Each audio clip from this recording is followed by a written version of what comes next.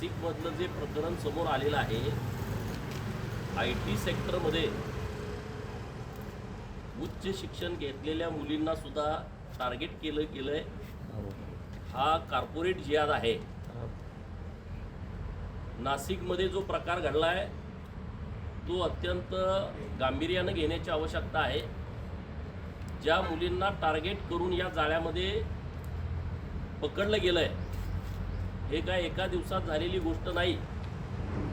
IT कंपनीमध्ये जे प्रभाव टाकणाऱ्या पदावरती लोक बसलेले आहेत, यांची खरं चौकशी करण्याची आवश्यकता आहे. प्रभाव म्हणजे एखाद्याचा इंटरव्ह्यू घेणं, इंटरव्ह्यू घेताना सांगणं की मी तुला या नोकरीमध्ये घेतोय म्हणजे मी काहीतरी उपकार केलाय, अशी जाणीव त्या मुलीला सातत्यानं झाली पाहिजे. सुट्ट्या देण्याच्या बाबतीमध्ये कुणाला सुट्ट्या द्यायच्या, कुणाला सुट्ट्या नाही द्यायच्या, वीकेंडला फिरायला जाणं, रिसॉर्टवरती जाणं, वॉटर पार्कवरती फिरायला जाणं, मुलींचे ग्रुप करून जाणं, हे सगळे प्रकार या नाशिक प्रकरणातून समोर येत आहेत. इमॅजिकाला जेव्हा जाण्याचा विषय जेव्हा समोर आला तेव्हा सर्व मुली तिकडे आल्या नाहीत, परंतु एक मुलगी तिकडे गेली होती. हे सगळं तपासामध्ये पुढं आलं. जी मुलगी तिकडे गेली त्या मुलीला तिघाने टार्गेट केलेलं आहे. म्हणजे हे जे महाराष्ट्रातले काही थोर विचारवंत जेव्हा लव जिहादचा विषय आम्ही मांडतो तेव्हा ते वेगळ्या पद्धतीनं लोकांच्या समोर चुकीची मांडणी करतात की एखाद्याला प्रेम झालं तर काय, हे प्रेम आहे का? एक मुलगा त्या मुलीचं व्हिडिओ करतोय, ते दुसऱ्या मुलाला देतोय, तो तिला ब्लॅकमेल करतोय, तो तिसऱ्या मुलाला देतोय आणि ते तिघं मिळून अत्याचार करतायत. हा प्रकार अतिशय सिरियस घेण्याची आवश्यकता आहे. नाशिक हे काय IT हब नाही आहे. नाशिकपेक्षा पुण्यामध्ये, मुंबईमध्ये, ठाण्यामध्ये, नवी मुंबईमध्ये IT कंपन्या खूप आहेत. पुणे तर ITचं हब आहे. नाशिकमध्ये जो प्रकार घडला आहे तो प्रत्येक कंपनीमध्ये घडतोय का याची चौकशी करण्याची आवश्यकता आहे. त्या कंपनीची कोण मेन लोक असतील त्यांनी अतिशय लक्ष देण्याची आवश्यकता आहे. किंवा प्रशासनानं, पोलिसांनी सुद्धा प्रत्येक IT कंपनीमध्ये याबाबतची चौकशी करून असे काय प्रकार घडत आहेत का, घडत असतील तर ते उघडे केले पाहिजेत, त्यांच्यावरती कारवाई केली पाहिजे. नाशिक पोलिसांचं मी मनपूर्वक अभिनंदन करतो. महिला पोलीस अधिकाऱ्यांचं मनपूर्वक अभिनंदन करतो की या मुलींना त्यांनी आधार दिला,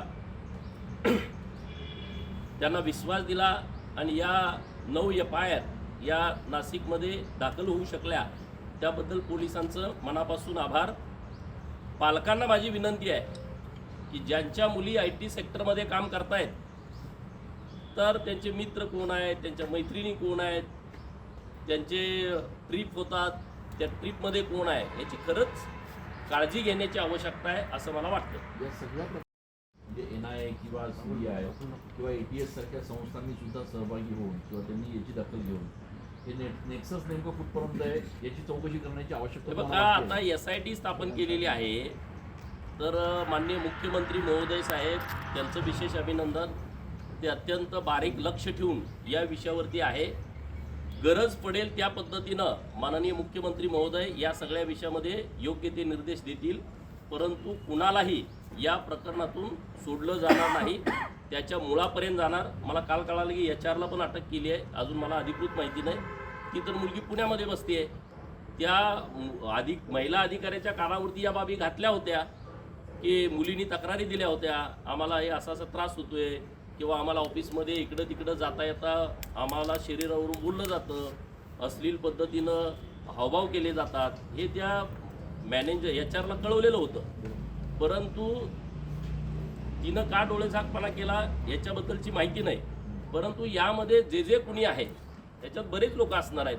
किंवा त्या मुलाचं धर्मांतरण केलं, म्हणजे धर्मांतरणाचा विषय तर इतका गावखेड्यामध्ये आपण म्हणतो की बाबा त्यांच्या अडाणीपणाचा फायदा घेऊन त्यांना काहीतरी आमिष दाखवून चमत्कार करतो असं सांगून धर्मांतरण केलं जातं आहे. हे तर सगळी वेल एज्युकेटेड मुलं आहेत, त्यांचं सुद्धा धर्मांतरण होतं आहे. त्यामुळं या सगळ्या बाबी अत्यंत काळजीपूर्वक हाताळण्याचे विषय आहेत आणि हा काय राजकारणाचा भागच नाही. म्हणजे काँग्रेसमध्ये काम करणारे हिंदू असतील, राष्ट्रवादीत काम करणारे हिंदू असतील, त्यांनाही माझी विनंती आहे, हे तुम्ही बघा सगळं व्यवस्थित आहे. तरी भाजपवाले बोलत आहेत, सेनावाले बोलत आहेत, संघवाले बोलत आहेत किंवा विश्व हिंदू परिषदवाले बोलत आहेत, असा हा विषयच नाही. हे विषय पूर्णपणे वेगळ्या स्वरूपाचा आहे, वेगळ्या पद्धतीचा आहे आणि त्या सगळ्या गोष्टीकडं सगळ्यांनी लक्ष द्यावं अशी विनंती. राज्यभरात जेवढ्या IT सेक्टर आहेत, कंपन्या घटना घडत आहेत, म्हणजे मग काय अर्थ लावायचा? नाही, अर्थ असा आहे, हिंदुत्वादी सरकार आहे म्हणून तरच IT सेक्टरमधला हा प्रकार समोर आला ना.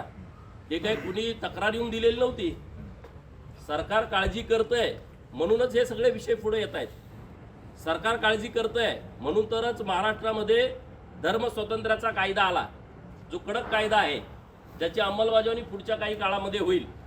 देशामध्ये हिंदुत्वादी सरकार आहे म्हणूनच या सगळ्या बाबी घडतायत. परंतु लोकांच्या मध्ये सुद्धा याबाबतची जागृती असणं आवश्यक आहे. नाहीतर सर्व धर्म समभावच्या नावाखाली गावखेड्यामध्ये सुद्धा लोक आता धर्मांतरण करायला लागलेले आहेत. ही बाब गंभीर आहे. सगळ्या मुसलमानांची वरात काढली असते. नाही, असं काहीच नाही. बोंधूबाबाची वरात काढलीच ना. तर हे काय कुठल्या काँग्रेसवाल्यांनी प्रकरण बाहेर आणलं नव्हतं. 1 महिना अधिवेशन सुरू होतं आणि त्या अधिवेशनामध्ये कुठला काँग्रेसवाला सभागृहात बोलला नाही की असा अशोक खरातासारखा बोंधूबाबा आहे. आमच्या सरकारनं लक्ष घातलं या विषयामध्ये. माननीय मुख्यमंत्री महोदयांच्याकडं ही बाब जेव्हा आली, नाशिक पोलिसांना सूचना देऊन अत्यंत गुप्तपणे अशोक खरातला अटक केलेली आहे आणि त्यामध्ये सरकारचाच हात आहे अशोक खरातला अटक करण्यामध्ये. बोंधूगिरीला आमचं सरकार कधीही पाठीशी घालत नाही. कारण छत्रपती शिवाजी महाराजांचं हे राज्य आहे, संत ज्ञानेश्वरांचं, संत तुकारामांचं हे राज्य आहे. या महाराष्ट्रामध्ये ज्योतिबा, बिरोबा, खंडोबा, मसोबा हे आमचे लोकदैवत आहेत. इथं बोंधूगिरीला अजिबात स्थान नाही. म्हणून अशोक खरातांच्यावरती एवढ्या केसेस झाल्या, ज्या महिलावरती अत्याचार झालाय.